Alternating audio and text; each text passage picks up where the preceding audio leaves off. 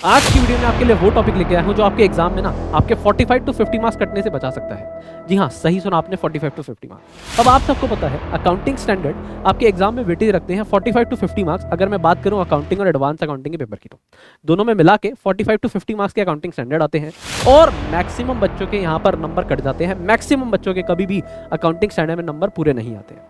इसकी वजह से मैक्सिमम बच्चों को लगता है कि यार आईसीआई जो है ना वो जानबूझ के अकाउंटिंग स्टैंडर्ड में नंबर काटता है और हमारे साथ नहीं, ये सबके साथ होता है और सबके नंबर पूरे नहीं आते अकाउंटिंग स्टैंडर्ड में। जबकि ऐसा नहीं। अगर आप अपने आंसर को सही तरीके से लिखते हैं जिस तरीके से आईसीआई चाहता है तो आपको पूरे बेटा पूरे नंबर मिल सकते हैं अकाउंटिंग स्टैंडर्ड। 45 टू 50 मार्क्स कटने से बचाना चाहते हैं तो वीडियो को एंड तक जरूर देखें।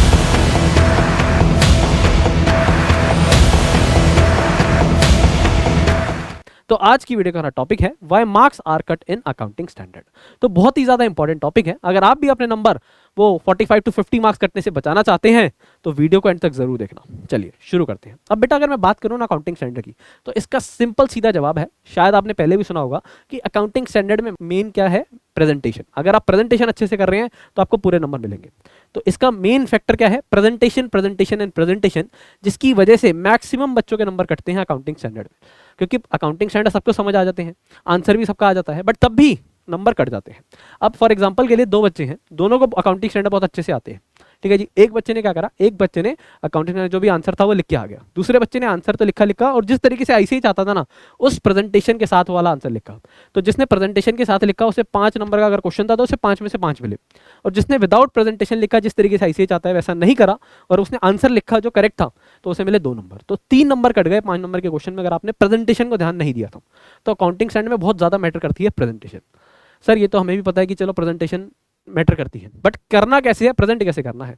अब बेटा आपको पता है कि अकाउंटिंग स्टैंडर्ड जो भी होते हैं ना ज्यादातर केस स्टडी बेस्ड क्वेश्चन होते हैं, केस स्टडी बेस्ड क्वेश्चन होते हैं ज्यादातर। तो आपको क्या करना है, सबसे पहले आपको लिखना है, यहाँ पर आंसर आपको ना 3 पैराग्राफ में लिखना होता है। सबसे पहले आता है प्रोविजन। प्रोविजन बोले तो कि उस क्वेश्चन में, उस केस स्टडी में कौन सा लॉ लग रहा है, कौन सा आपका अकाउंटिंग स्टैंडर्ड का कौन सा लॉ लग रहा है। जैसे इन्वेंट्री की अगर मैं बात करूं, आपका फॉर एग्जांपल केस स्टडी है, वहां पर inventory should be valued at cost और NRV whichever is lower वाला कंसेप्ट लग रहा है। तो आपको यहाँ पर लिखना है as per AS2 inventory, inventory should be valued at cost और NRV whichever is lower. तो इस तरीके से सबसे पहले आपको यहाँ पर लॉ लिखना है, आपको डायरेक्ट आंसर नहीं लिखना है। मैक्सिमम बच्चे डायरेक्ट आंसर लिख देते हैं जिसकी वजह से उनके नंबर कट जाते हैं। सबसे पहले प्रोविजन लिखना बहुत ज्यादा जरूरी है। उसके बाद बात आती है फैक्ट्स ऑफ केस, कि जो आपकी केस स्टडी थी उसके अंदर जो फैक्ट्स थे, क्वेश्चन था, उसको लिखना है। आप उसे एनालिसिस भी कह सकते हैं कि क्वेश्चन को मॉडिफाई करके कि ये क्वेश्चन में गिवन है, इसके बेसिस पे हम ये वाला प्रोविजन लिखा था, या फिर कैलकुलेशन जो भी आपसे मांगी गई है। सेकंड पैराग्राफ में कैलकुलेशन या फिर एनालिसिस या कह सकते हो फैक्ट्स ऑफ केस, एक ही बात है। तो सेकंड पैराग्राफ में आती है ये। उसके बाद आपको लिखना होता है कंक्लूजन, जो आप डायरेक्ट लिख देते हैं। कंक्लूजन, अगर आपने यहाँ पर प्रोविजन लिख दिया, यहाँ पर आपने फैक्ट्स लिख दिए, उसके बाद उसके बेसिस पे आपका क्या आंसर आया, उसके बाद यहाँ लिखना है कंक्लूड द आंसर। उसके बाद यहाँ पर कंक्लूड करना है अपने आंसर को 1 से 2 लाइन में। और अगर आप इस तरीके से सबसे पहले provision, then analysis and then conclusion करते हैं ना, तो आपके पूरे बेटा पूरे नंबर आते हैं। इसके अलावा किन बातों का ध्यान रखना है और किस तरीके से मैं अपने अकाउंटिंग स्टैंडर्ड के आंसर्स को सुधार सकता हूँ लिखने के लिए, एक तो ये समझ आ गया कि हाँ प्रोविजन, एनालिसिस, कंक्लूजन की फॉर्म में लिखना है। एनालिसिस में देखो कुछ नहीं है, एनालिसिस में क्वेश्चन को ही थोड़ा मॉडिफाई करना होता है। प्रोविजन के अंदर आपको लॉ समझ आ गया तो यहाँ पर लॉ लिखना है पहले, और कंक्लूजन में कि जो आपका आंसर है वो लिखना है। तो सिंपल सीधी बात है, बहुत आसान है लिखना। अब कुछ इंपॉर्टेंट पॉइंट्स हैं जिसको आपको रिमेंबर करना है, याद रखना है अपने आंसर लिखते समय। सबसे पहली बात, आपको AS का नंबर जरूर कोट करना है। अब हर एक अकाउंटिंग स्टैंडर्ड का एक नंबर है, जैसे इन्वेंट्री का AS2 है, प्रॉपर्टी प्लांट एंड इक्विपमेंट का AS10 है, इसके अलावा बोरिंग कॉस्ट का AS16 है। तो इस तरीके से आपको AS नंबर्स पहले याद करने पड़ेंगे। उसके बाद आपको अपने क्वेश्चन के अंदर, जैसे मैंने यहाँ पर प्रोविजन लिखा था, तो as per AS2, as per AS10, property plant and equipment जो भी है उसको पहले नंबर और उसके बाद उसका नाम, उसके बाद अपने आंसर को प्रेजेंट करेंगे तो एक अच्छी प्रेजेंटेशन होती है। तो AS नंबर लिखना बहुत ज़्यादा जरूरी है। अगर आप अपने क्वेश्चन में AS नंबर लिखेंगे तो एग्जामिनर पर एक अच्छा इंपैक्ट पड़ेगा और आपके पूरे नंबर आने की संभावनाएं बढ़ जाएंगी उस अकाउंटिंग स्टैंडर्ड में।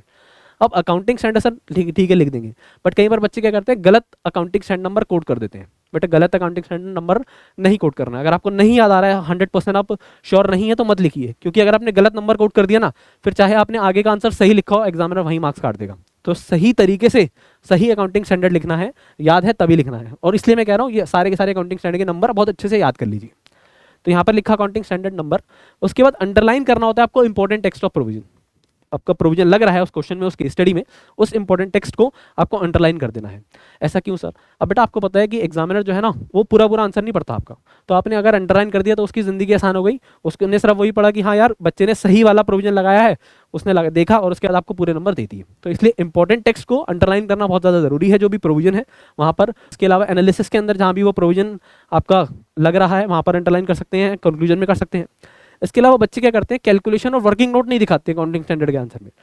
आपको अकाउंट्स के आंसर में अगर आप वर्किंग नोट और प्रेजेंटेशन नहीं कर रहे हैं ना, वर्किंग नोट्स और कैलकुलेशन शो नहीं कर रहे हैं, तो बहुत बड़ी गलती कर रहे हैं। बहुत ज़्यादा ज़रूरी है वर्किंग नोट और कैलकुलेशन को शो करना एग्जाम में। जितनी ज़्यादा फेयर कैलकुलेशन करोगे उतना ज़्यादा बेटर है आपके अकाउंट्स के एग्जाम में, और स्पेशली एएस के अंदर। एएस के अंदर वर्किंग नोट्स बहुत प्रॉपर बनाने हैं, सारी की सारी कैलकुलेशन क्वेश्चन में शो करनी है, ठीक है जी। इसके अलावा अगर मैं बात करूं, आपको कंसाइज नोट्स प्रिपेयर करने हैं हर एक अकाउंटिंग स्टैंडर्ड के, क्योंकि आपको पता है अकाउंटिंग स्टैंडर्ड बहुत सारे हैं, बहुत बड़े बड़े अकाउंटिंग स्टैंडर्ड होते हैं, बहुत सारा लॉ है। अब आपको क्या करना है, आपको हर एक अकाउंटिंग स्टैंडर्ड को ना कंसाइज वे के अंदर अपनी लैंग्वेज के अंदर उसके नोट्स बना लेने कि यार ये इंपॉर्टेंट पॉइंट्स हैं, और डेली बेसिस पे रोज 30 to 40 मिनट्स देने हैं, और सारे के सारे अकाउंटिंग स्टैंडर्ड को वहाँ से रिवाइज करना है। कंसाइज नोट्स बनाइए और उन्हें रेगुलर बेसिस पे रिवाइज करेंगे तभी बात बनेगी। इसके अलावा एक चीज़ और, अकाउंटिंग स्टैंडर्ड के सिर्फ याद करने से काम नहीं चलेगा, आपको जितने ज़्यादा हो सके उतने ज़्यादा क्वेश्चन रिटर्न में प्रैक्टिस करना है अकाउंटिंग स्टैंडर्ड के, ताकि वो 45 to 50 मार्क्स कटने से बच पाए। अगर आपने ये सारी की सारी बातें मान ली और आंसर को इस तरीके से प्रेजेंट कर लिया, तो definitely you are able to score जितने भी नंबर के आपके अकाउंटिंग स्टैंडर्ड आते हैं 45 के या 50 के, पूरे बेटा पूरे आएंगे। तो उम्मीद करता हूँ आपने वीडियो को एंड तक देखा है, आपको समझ आई और सारे के सारे पॉइंट्स आपने नोट डाउन करे हैं, और डेफिनेटली आप अपने अपकमिंग अटेम्प्ट के अंदर ये नंबर कटने से बचा पाएंगे।